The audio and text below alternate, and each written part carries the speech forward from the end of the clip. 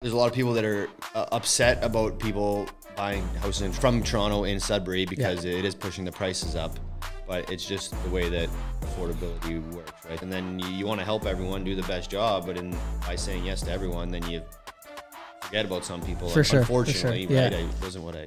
And we're going to talk more about your team. No, you guys seem to be killing it out there, man. Like, all those guys seem to be like on it as well, you know, like they were good choices. They're a good fit. They fit the same, and they're like doing the social media and all that stuff too. So it's like, it's pretty impressive that you were able to find and put together a team of that size in a place like Sudbury that quickly. Mm-hmm. Morgan Little here with Tristan Ritchie, straight out of Sudbury. Came all the way down here for this podcast and the Raptors game. One of those is more important than the other, obviously. Today we go into Sudbury, investing in real estate, Airbnbs, what's changing, what's happening, where he sees himself in the future. It's a lot to unpack. Let's get into it. Welcome back. We got Tristan Ritchie with us here today. Sudbury, investor-friendly realtor, father, basketball aficionado. What else? What else can we say? The outdoors too, part of why I love Sudbury. The outdoors, yeah. All right. Yeah. So thank you for coming all the way from Sudbury for this podcast today. Not true at all. Went to the Raptors game last night. Yeah. We won, so that's a win. Let's get into it.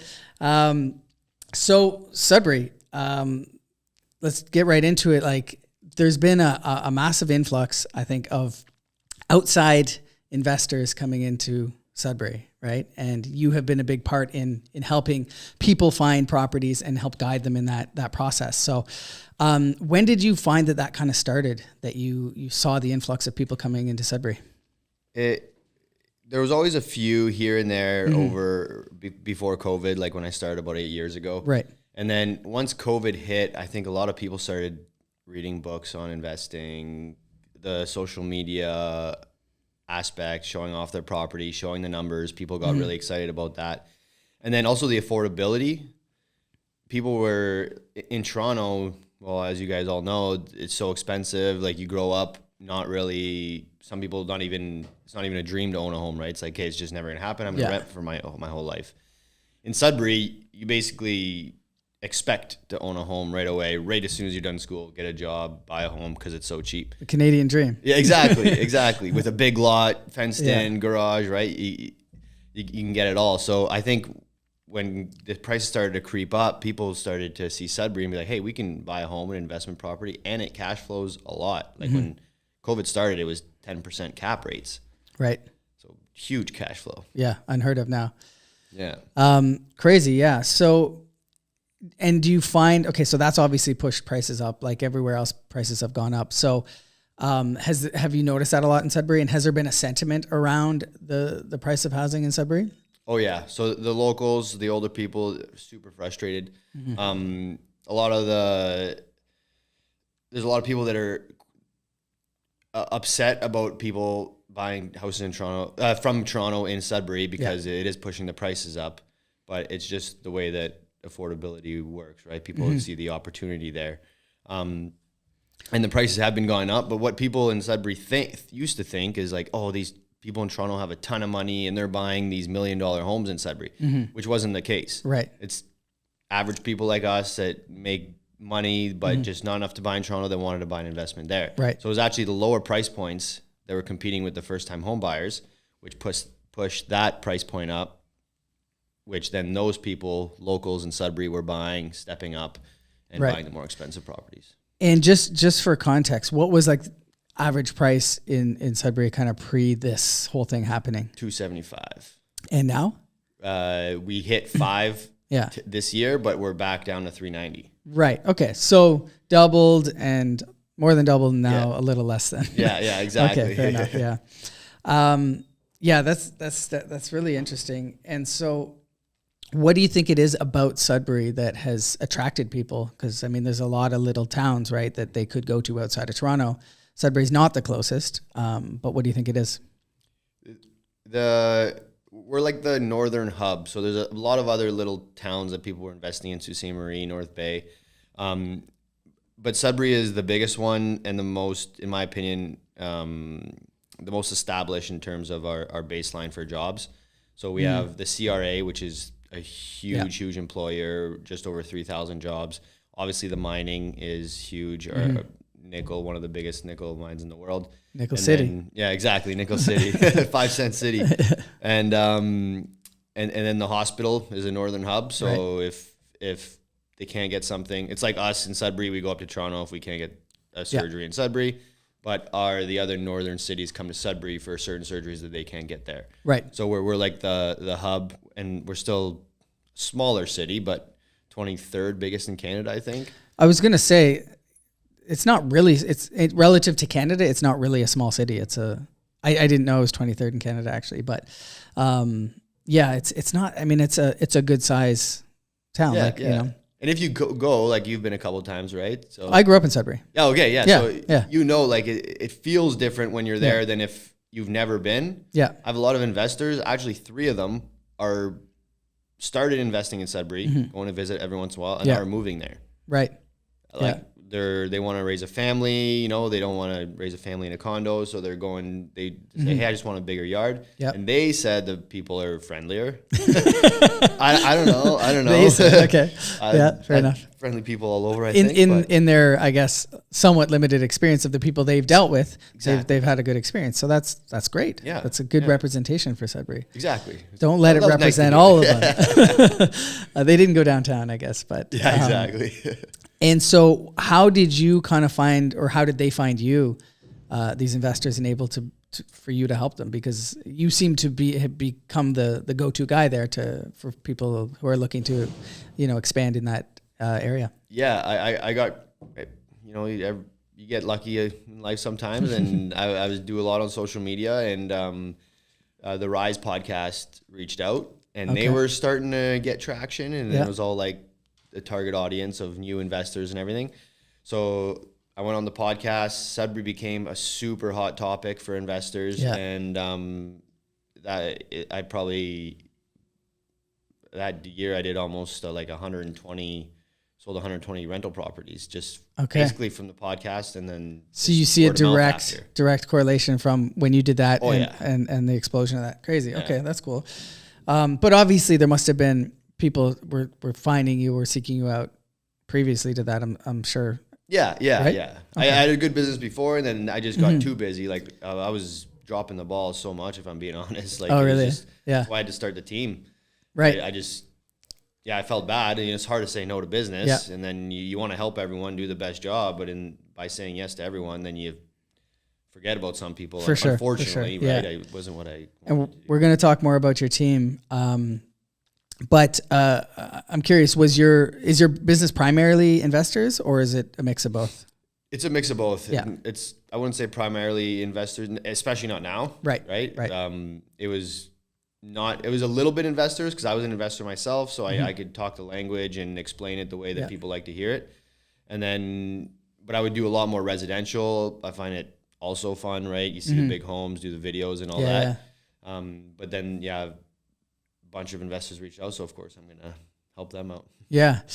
And what do you think the biggest kind of like sticking point for investors is? Like, what are they, because there's definitely certain areas in Sudbury that you want to, you know, avoid maybe, or, you know, so I think there's kind of blanket ideas about certain areas too, and some people are scared of certain areas, but is there any kind of common theme amongst investors that you see that you have to school them on, or that you know, the learning curve of the new investor coming into Sudbury? Yeah, like if the numbers look too good to be true, they likely are, right. And it's because you're in a certain area. Yeah.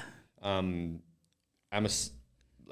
titles as a salesperson, but I have veered people away from certain areas because most of them always come back to me and say, I shouldn't have bought here. And then I can show them a screenshot like, hey, I told you. Yeah. You know? Yeah. And like, I want them to buy a property and be happy, make some money, but the cash flow looks really good in our ghettos, right? The Donovan flour mill. Yeah. And but it's because you're gonna have a lot more issues with your tenants. Yeah. Likely.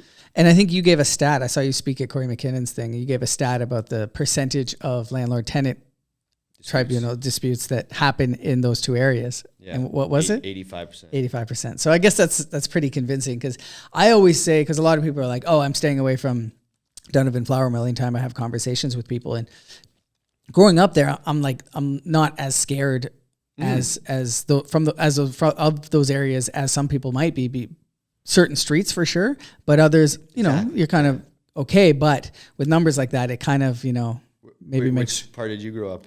Oh, I grew up in the West End. Okay. But I just mean just being from Sudbury, so I'm not scared of those areas in general, because people who aren't, they've heard, don't go to those areas. Just stay away from them completely, right? And it's funny too, because it's Sudbury. Our bad areas aren't bad. Yeah. Really, right? Yeah. Like, I don't feel threatened. No, yeah, and it's not even that. It's about potential for non-payment. Yeah, right? that's what it is. Or damage, or there's definitely a drug issue, like in those areas. So, but isn't there everywhere? For sure. But I feel like Sudbury is kind of a special place, though. A little worse. yeah. In certain areas, though. Yeah. In certain areas, so it's interesting. Yeah. No, I still call it the West End, but I guess when I was a kid, I never knew it as Little Britain. But that's just the what area. Everyone started calling it for some reason. Yeah. Little Britain's like the McKim Street, kind of. There's like a little section that's technically Little Britain. Okay. But everyone calls it like the whole West End. Right. So I grew up beside the Caruso Club, so like. Yeah. Well, that's either. Yeah. But yeah. Anyways, off topic there, but so do you basically say don't go to those areas then? Is that kind of? I don't say that. No. Yeah. If you want to be a very active investor. Yeah. And that could be a good area to invest in. If you're very good and confident in your tenant screening process, that could be a good area, more cash flow. And there's certain streets that are actually good bang for your buck in the Donovan. Mm-hmm. Like you said, there's certain ones I would stay away, but there's a few that actually sell for a decent dollar and you can get good rents and people enjoy living there, like the uptown part of the Donovan. If you look on a map, the Donovan word is written right on top of it. Right. But that's uptown below Kathleen, and really nice area. Those used to be like the executive homes of Sudbury. Right. So those you can get good bang for your buck. The mid-century modern. Yeah. Okay, so good to know though that it's not just a blanket. Stay away from that. Yeah, exactly. And you mentioned social media. You started doing more and more. At what point did you start kind of focusing on that? Right from the start, and I got lucky kind of with the timing that I got into the business. My broker at the time and team lead, I joined his team, and he's like, start making videos, start making content. And I had no clients at the time, so I had the time. And so I started doing it, and it kind of became a habit. So I'm lucky he pushed me into it, but I'm also lucky that it was Sudbury. They're so far behind that you can jump ahead and have some success in any industry. Just by looking at like what you guys here in Toronto are doing. Yeah. Right. Like just where we are in this office here, there's nothing like this in Sudbury. Right. So like you guys innovate. If you bring ideas to Sudbury, you're like ahead of the crowd. So that's when I really started doing a lot of social media. Okay. And have you noticed success from that? Oh, tons. Yeah. That's where I get most of my leads. Really, eh? Yeah. And so, so that brings me to another topic I want to talk about is marketing. I've seen your billboards. But do you do a lot of marketing, or do you find that like kind of your online presence, your social media is attracting people to you more and more now? I try to do both. Yeah. The billboards and stuff is more for when you meet someone in person, it solidifies your expertise. Yeah. And then the social media part is more to just it's bigger reach. Yeah. So I try to do both, and I'm always. I enjoy, that's probably one of the parts I love most about being a realtor is like just experimenting with different marketing techniques. And I really enjoy doing that. So. Right. And so what made you join Lake City versus, a larger brokerage or even, something like EXP probably wasn't even around much when you started, but. Yeah, not when I started, but yeah. But yeah, what made you choose Lake City? My broker, and he's the one who got me into real estate. We were at Coldwell Banker, then he started Lake City himself. Oh, okay. So you started at Coldwell Banker. Yeah, I was on his team. And I just joined Coldwell Banker because of him, and then he's been mentoring me, so I could save a ton of money probably going to AXP or Real or whatever, but I just have too much, like I owe him too much for everything that he's done for me. Right. And I like to push the envelope sometimes, and he always has my back. Cool, so just having that is worth it to me. That's great. Yeah. The brokerage I'm with as well is just kind of a small boutique brokerage. And I get calls from recruiters all the time. And it's just like, I I don't have any pain or any reason to leave, you know. Yes, I see the benefit of, you know, some of these others, but yeah, to have that support is massive, right? The brokerage doesn't matter that much anymore. It doesn't matter at all. So that's cool that he, you know, had that vision early on to get you to start doing videos and stuff like that. Cause that's it. That's where everything happens now, right? That's where everybody's eyes are, and that's where marketing is. So that's good that you kind of got a step up, not only in general, because not a lot of realtors are just getting to that now, but also in Sudbury specifically, where I think there's probably a lot of a bit of an old school mentality there amongst real estate professionals, and not that there's lots of dinosaurs over there. Yeah. Have you, is there a good community there? Like, do you run into kind of resistance towards like newer methods of? Oh yeah. Yeah. Oh yeah. Okay. Yeah. Especially at the start. I was trying to make it more, I didn't want to be a sales guy. I wanted to be like make everything transparent. So I was saying some of the secrets, like we do open houses. They help sell the house, but you do them to get clients, right? Right. Yeah. So I was like talking about that. Like the reason we do open houses is like selfishly as well. We want to get clients, meet people that are shopping. Mm-hmm. And I had calls from like 5-6 realtors calling me like, why are you saying this in videos online, right? But the people that saw that were like, oh, like he's being honest about it, right? Yeah, yeah. So I attracted a certain type of seller or buyer, and that's the people that I want to work with, and it's working out. Cool. And so you talked about building a team up because you were getting too much business. Is that kind of what triggered it? Oh yeah. Yeah. Okay. Was that a plan from the start? Sort of. I didn't think it kind of would happen the way that it did. I'm still trying to figure it out, to be honest. But with all the investors coming in, like I was already busy, and like that year I had like 2 panic attacks. I've never had like super anxiety or anything, but yeah, that year was just crazy. I randomly like started shaking because I was just so busy. Just so busy. Wow. You know when you just think like, I forgot to text person. Yeah. Forgot to text this person. Forgot to text this person. It was like all constant. Yeah. And I was like, okay, I need to get someone to work with me to at least take on some of these buyers, because it's hard to say no, right? You want to help everyone. Of course, yeah. But it's impossible. So started the team, got a couple admins for marketing and the paperwork side, and I was trying to figure out the nooks and crannies. Yeah, well, I mean, it's a good problem to have, but I guess not a good problem if you're having panic attacks. That's maybe in hindsight, it was a good thing to happen, because it's made you expand. But and so you started with admin? Yeah. And then how many agents do you have now? 3. Okay, awesome. Yeah. So that's Zach, Garrett, and Mason. Right. Yeah. Okay, cool. Yeah, no, you guys seem to be killing it out there, man. Like all those guys seem to be like on it as well, like they were good choices. They're a good fit. They fit the same, and they're like doing the social media and all that stuff too. So it's like, it's pretty impressive that you were able to find and put together a team of that size in a place like Sudbury that quickly, Yeah.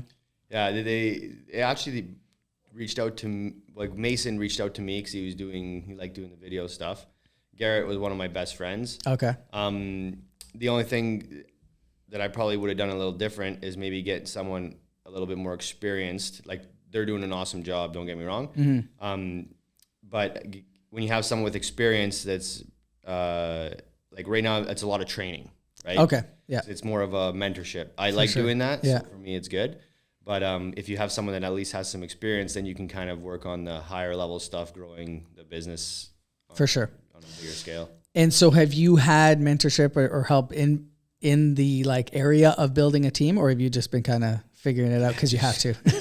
Just figuring it out as you're okay. One thing you learn, we were talking about that with kids too. You just like kind of figure it out as you go. Yeah, exactly. And, like I love listening to podcasts and learning, so I try to implement as much as I can. But you just realize how little you know the more you learn. Yeah, and that's the best way to learn is to do. It's really the only real way. But it's the same thing as like we said with kids. It's like you're gonna have to do it at some point. It's coming, and then it happens, and you're like, holy shit, I'm doing it now. What do I do? Yeah, they just send you home. Yeah. You're just like, what? Yeah. And so speaking of which, how do you find balancing family and work? Super. Yeah, that's tough. Yeah. For sure. especially now that she's sometimes like, oh, you said you'd be home for supper, and like, our job, we got to sometimes just go zip out for a showing really quick. But that is why I wanted a team as well. They can help with some of the evening showings. Yeah. Try to time block a little bit more. Yeah. And be more present too when I'm there, not just on my phone following up. So it is very, very difficult, but me and Becca have good conversations about why I'm doing it. But I also have to be more mindful of them as well and kind of actually balance it. Yeah. I think it's a constant process and struggle to balance it and try to find, I don't think anybody's got it figured out or dialed in, but you talked about time blocking and I listen to a lot of podcasts too. And I think a big part of it is really blocking off specific time for significant others and for family, so that it might not even be a ton of time, but it's that's all you have during that time, nothing else. So it makes it more quality time, which I think can go a long way versus, always being 1 foot in, 1 foot out. I definitely should start doing that. Well, but I think it's something we're all going through, people in our shoes. And so it's a common thing. So I think it's important to talk about it because everyone's probably struggling with it. It's hard. Yeah. It's hard. Yeah. And some days are better than others, right? And you talked about having your mentor who started your brokerage. And so is he still pretty involved in helping you build your business, or are you kind of off doing your thing now? He's there more now for motivation. Yeah. He's admitted to me, he's you surpassed me. Right. Okay. So he put me in touch. He comes to a lot of these conferences, so he put me in touch with a lot of other big players here that he's cool. Now you need to try to get in the rooms with those people, those big team leaders, and learn what they're doing. So that's my 2024 goal. Go to more conferences. I'll be down here probably a little bit more and just trying to learn from the bigger and better teams. Just pull that a little bit closer. Yeah. Because there's a really good community of realtors here in Toronto that really support each other, share information and all that stuff. So I think you'll find that there's kind of a lot of people that you can lean on for information once you get in those rooms. So that's great. What else here? So you said you're an investor yourself. And what kind of investing do you prefer? What have you done? What's your strategy of choice? Right now, flips. Yeah. Just with the uncertainty. I still recently bought a buy and hold as well if the deal's right. Yeah. But I like the flips because you're in and out, get your money back, your investment back, and then just once I feel it's time to start accumulating again, larger scale, then I'll start doing that at that time. Is the Sudbury market, obviously it's different than Toronto. Do you see any kind of correlation? Is it lag behind by a certain amount of time, or is it kind of its own little animal that does its own thing? Yeah, we're a little bit more protected, I find. We do lag behind a little bit. So usually when you guys have news come out here, we get the news 2 months later, roughly. So we can kind of predict what's coming, but it's always, I feel like our ups and downs, our swings are a little bit, like you said, more protected. We're less affected by some of these things. Kind of our own economy. So is the market going to crash? That's what everybody wants to know. That's it? It's done? It's happened? Well, I don't know. You guys think 20% is a crash? Yeah. Well, I mean, technically it is. I mean, that's huge. It is for sure. I don't think it's the crash that, the doomsday sayers were hoping and wishing that's praying for, but I find, it is right? for sure. It's 20% is huge. The definition, I believe, of a crash. Yeah. So it's definitely been, a correction, but I mean, it's not going to zero, right? Real estate is not going anywhere. No, the demand is just crazy. Yeah, yeah. And then now with the cost of building, the raising of they want to raise the minimum wage, which is going to cost even more to build, but they won't be able to sell them at the price they want because the prices are lower. So they're going to reduce the amount of new builds they're going to be doing. So like in Sudbury, they're already doing way less. So supply is even worse, right? So until that gets fixed, it's still going to be a hot market. Okay, you heard it here. The real estate market is not going to zero. Turn on the hot take. camera. So What about condos? There's not a lot of condos in Sudbury, right? Do you see that there would be more coming? Is that kind of a thing that would work in Sudbury? There's very little, and they don't move quick at all. There's maybe like 4 staple condominiums in Sudbury, 5 maybe. Yeah, I almost bought one on Larch Street. Yep. At one point, and it was on the market for a long time. It was nice. I mean, there was just across the street was the Bus depot. There's the bus depot, but there was also I don't know, a shelter of some sort right across there. So, but I mean, you're in a condo, you're pretty protected, right? It's protected, and it's gated access. Yeah, exactly. So, those are decent, good value. Just in Sudbury, it's not the values aren't there yet. Yeah. Like, but do you foresee condos being more of a thing? Yeah. Once our prices start to reach a certain level, right? It's like in Sudbury, it's taken a while for even semis, to take off, right? Yeah. Now people are accepting that you can get a little cheaper semi than a house that's still the same size, right? Yeah, you have to share a wall. Then it'll be the row houses, and then I think the condos. Right. Just the values aren't quite there yet, because a condos, let's say you pay $400,000 for a condo, you can get a brick bungalow with a yard for $400,000. Right. Plus you have a condo fee. Yeah. Right? And there's this like, I think, mentality there of people who, they live in Sudbury, they live where they live because they want space. They don't want to be right next to their neighbors. But the thing is, if you can't afford a house and you're living in an apartment, you're in that situation either way, right? So it makes sense to have kind of an entry level condo that you could buy, but the numbers would have to make sense. It doesn't make sense if it's the same price as a bungalow. Exactly. Right. And it's right now if the ones that the few that are selling are around there. Yeah. Yeah. And so a lot of investors, look for off-market deals, but you seem to have been able to help a lot of investors find MLS listed deals, right? So, is there a strategy that you implement to find a deal on the MLS, or are they just there and there's just the kind of this mentality of it needs to be off market to be a deal? Oh yeah, there's definitely deals on market. Yeah, for sure. Especially right now. It's on and off, right? Yeah. You're gonna have good and bad deals for both. I just started what's the channel there on Instagram? Oh, the broadcast channel. Broadcast. So I'm starting to post deals of the week there when I see them on market and off market. Yeah. But it's mostly just the mentality of I see so many that I know which ones now that I really like as deals. Yeah. So I'll post them in the group, and then people often jump on them or not, right? If it doesn't suit them, but I'll just put my favorite one that week. And it's usually like a price drop where it should have sold but didn't. So now it's a better value. I think that's huge value for you to be providing to clients too, because it's one thing to know, okay, there's been a 20% correction in the market, and there's potentially some deals on the market, but how do I find them? Which ones are actual deals?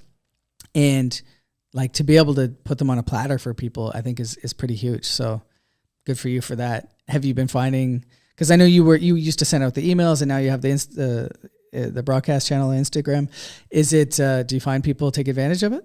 Sometimes. Yeah. Yeah. It's a long-term play. Yeah. Trying to get, it's just offering as much value as possible. Eventually one of them will click with someone. I've sold a few from it for sure. Nice. But when I send it out to everyone, they know, sometimes with salespeople, they might think I'm just trying to get them to buy a house if I'm just telling them, hey, I think this is a really good deal, buy it, right? But sending it to a big group of people, I must be really confident that it's a good deal to be able to do that. So it kind of increases that trust factor as well. Right.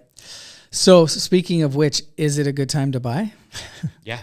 Yeah. I think if the next 2 years are key. I just made a video about that. I think there's a critical 2 years. If you don't own a home yet, or you want to own a home, save as much as you can for these next 2 years and try to get in. It might fluctuate a little bit, but once they start lowering the rates and they get down to the 5% again, 4.5%, it's going to skyrocket, and you might never ever come back. Yeah. I think you're probably pretty accurate there, because, affordability is key. Obviously, if you can afford at rates now and you can buy now, once it goes down to 4.5% or 5%, then you're laughing. You've built in, that comfortability that you've been able to get by on. So, but being able to afford is the big thing, right? Yeah. And I thought it was crazy. I put on my Instagram, I asked, would you rather a lower rate or a lower house price? I saw that. Yeah. Yeah. And 60% said lower rate. Yeah. I was Doesn't shocked. make any sense.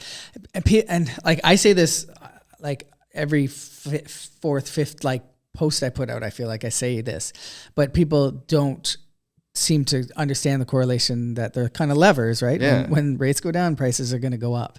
And so with rates being up, like it's weird because we're now in a buyer's market, but buyers aren't buying.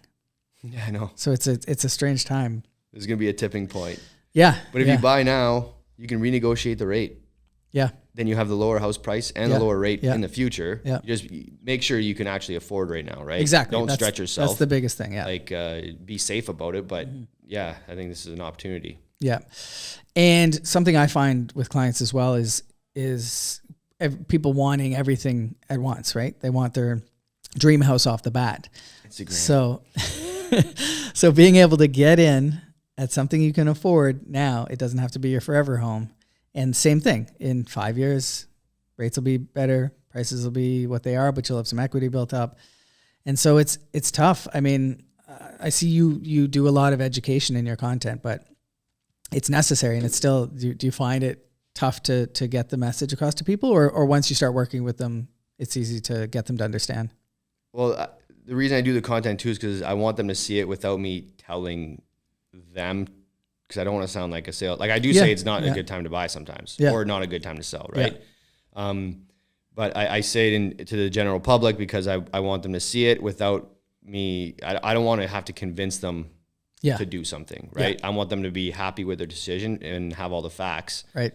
But if I'm like, as salespeople, like I don't want anyone to ever feel like I'm pressuring them into a deal, right? So if I'm telling them one-on-one, sometimes maybe I hope they don't feel it can come off like that, right? And I don't want that. Makes sense. And so if they can come to you with that understanding after just consuming the content. Yeah. Right. And what about Airbnb? How's the Airbnb market in Sudbury? So I had a full house on Airbnb and it was making $500 a month, but just for the amount of work, right, I didn't think it was worth it. And when I could make $100 a month and just have it rented like medium term. Yeah. So I ended up doing that, fully furnished medium term. It was still getting rented. Other people have really good success with it. Yeah. But we have so many lakes in Sudbury that those do well. Yeah. I have clients that have rentals, those, right? The cottage ones. Exactly. Yeah. Manitoulin Island. We were just talking about that. Yeah. Man, that place is gorgeous. I did my cottage there for a summer and we did really well. There's a super good deal out there right now. 3 acres on Lake Mindemoya. Okay. It's this close to buying it. Yeah. But that's the thing. I love the idea of it, but it's like, I'd want to focus on doing that, right? And get into a bunch of those rather than just doing one-offs of everything, right? Yeah. Everything takes time. Yeah, you kind of realize that. Exactly. And you got to be able to carry it too, right? If like, worst case off seasons or we have, worst case during COVID, it was amazing and it's still doing well, but you may not expect the same as it was when you couldn't go other places. Yeah, exactly. But I know there's been talk about like Toronto has been buckling down on Airbnbs. I think for Halloween, they made sure that you couldn't do a 1 or a 2 night rental in Toronto during Halloween to avoid parties and stuff like that. So I'm wondering, has Sudbury set their Airbnb rules yet? No, So there's still, there's still potential for them to do something there. That's interesting. Yeah. I think we're kind of reaching it was so new that you could rent it easily. Yeah. Make like 80-90% rented. Mm-hmm. I think now we're reaching the level where like some people like me took mine off to do medium term. So we're reaching like a level, a healthy level of Airbnbs. Right. So I don't think it can sustain too many more. Yeah. Yeah. That's just my guess, but I do have a lot of clients doing it and it's been successful. Well, and the midterm makes sense with so many like mining workers who come for short stints and stuff like that. Inner hospital. Yeah. That's where I get a lot of people. Yeah. So that's, so it wouldn't make sense for the city to like get rid of it completely then. You wouldn't think, but it wouldn't be the first time a city did something that you wouldn't. Cool. And so in terms of like rentals there, like what's the strategy? Are people burring? Is that kind of like the best strategy that that works there? Does it make sense to buy and hold? I guess it depends on your circumstances, but is the BRRRR been kind of the go-to strategy for people? Yeah. A lot of DIY, Yeah. renos in Sudbury kind of thing. Most title search companies actually left Sudbury. Okay. There's one left, and they got a cap on it because there was so many people claiming title insurance because we were mining town, right? Blue collar worker. They would do all the work themselves. I can do it myself, not get permits. Yeah. So then that turned into a lot of title search claims. So there still is protection. It's just capped at 20,000, I think, or 25.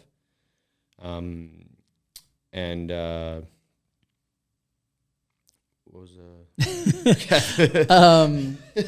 was just burring in general. Yeah, sorry. So there's a lot of those homes where you can add a lot of value because of that. That's where I was going. Yeah. But finding good contractors can be a challenge. Oh yeah. Yeah. Yeah. Another thing, if it's too good to be true price, like it's too good to be true, you know? Yeah. So pay a little bit more. It'll get done faster, quicker, less headaches, and done right. Right. Cool. So for your business, just as a realtor, where do you see it going? Where would you like it to go? Would you like to continue to build a bigger team? Do you want to continue in production? Do you see yourself exiting, focusing on content more? What do you see for the next 5-10 years? I want to grow into other cities, I think. Okay. We're launching a new brand in January. It's going to be called Locals. And then we got our logo and everything. But then we can do Locals Real Estate, Manitoulin. Locals Real Estate, Ottawa. Okay. So that's in the back burner. I haven't done any work on that yet. Okay. Expanding, but that's just something that I'm thinking of. And would that be, that's not like a brokerage? That's just just a team. Okay. So you'd expand and have members of your team in different areas. Yeah. Okay. So I've had someone reach out in Ottawa. Yep. An old teacher of mine that got his license, and he's like, "Oh, I'd like to work for you." I was like, "Oh, that'd be cool, but I don't have the infrastructure right now." Right. So eventually, maybe I would do that. Right. I suppose you could just bring them on your team, that you'd be bringing them on your brokerage under your team name, right? Open up. Which is so easy to do now that I've never even been to my brokerage's office. They're based in Hamilton. Yeah. And so it's pretty amazing how much has changed in a short period of time that you can do that. Yeah, and the team model is so big now. Yeah. But you gotta I've seen other people, build teams quickly, and you got to make it sustainable. You got to be able to still make money for yourself and for to keep the machine going. So that's one thing. The more money you make, the more you have to spend, and the margin gets smaller, but the gross is bigger, right? So it's it's incremental less, I feel with the team, right, in a way, but you can step away a little bit more, which is the benefit for sure. And you can build a brand, which potentially can lead to other things. Exactly. Yeah. Cool. Well, that's awesome, man. It's good to see how much you're doing in Sudbury, because we talked about there's not a lot of necessarily forward thinking in the industry, so it's cool that you're kind of at the forefront of that. And appreciate that. Yeah. Thanks for coming on the podcast and being here today. If I don't know, any last words, any advice for if you're thinking about going to Sudbury, or if you're coming to Sudbury or you want to invest or see what it's like. If you want to come to Sudbury, invest, or see what it's like, you can reach out to me just on Instagram at Real Ritchie. I'm wearing a blue suit in the photo there with a smile. And then if join the deal of the week, because there's posting all there. Even if you're not buying, it's just cool to see sometimes. So, and you never know, once you've joined, and you get to learn what looks like an actual deal. So once you're ready, bam, you're ready to take action. Exactly. Yeah. And you can have the confidence. Sweet. Awesome. Thank you, man. Thanks, Appreciate it. Appreciate it, man. Thanks so much for joining, guys. Thank you, Tristan, for being here. Thank you. Appreciate it. It was awesome. So much to learn about Sudbury. I grew up there, so I know, but I know there's a lot of people who are curious. Be sure to like, comment, subscribe, all that good stuff, and let's get it.